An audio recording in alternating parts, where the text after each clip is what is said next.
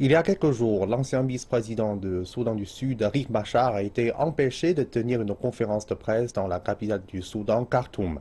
L'Éthiopie a également refusé de lui accorder l'asile, mais pour les analystes politiques au Soudan du Sud, Riek Machar bénéficie toujours de soutien et devrait jouer un rôle dans la politique du Soudan du Sud.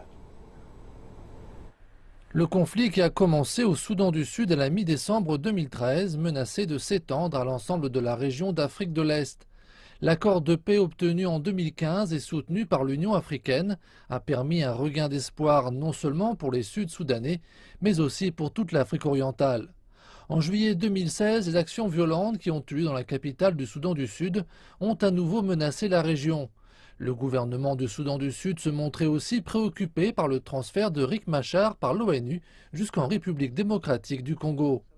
Maintenant, Riek Machar et le Soudan du Sud affirme qu'il a un accord avec son voisin du Nord sur la façon dont les deux parties doivent traiter leur opposition. Le gouvernement du Soudan a accepté de ne pas soutenir les forces du mouvement populaire de libération du Soudan en opposition.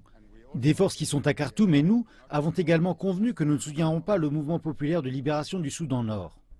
D'après l'analyste politique Andreas M. Mabior, le Soudan du Sud ne connaîtra de réelle paix qu'à la condition que le gouvernement soit entier. Et d'ajouter peut encore jouer un rôle positif dans le pays. Ce serait une très grande erreur de penser que Riek Machar est fini ou qu'il n'a aucun avenir dans la politique sud-soudanaise.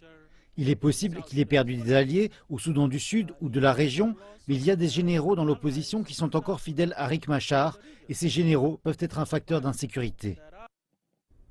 Ce même analyste affirme que plusieurs possibilités s'offrent à Riek Machar.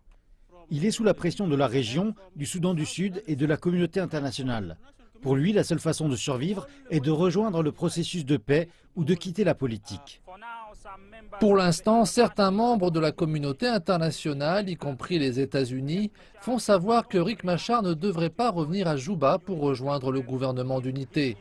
S'il suit ce conseil, alors cela signifie que sa présence dans le paysage politique du Soudan du Sud en 2018, année d'élections partielles, pourrait être compromise.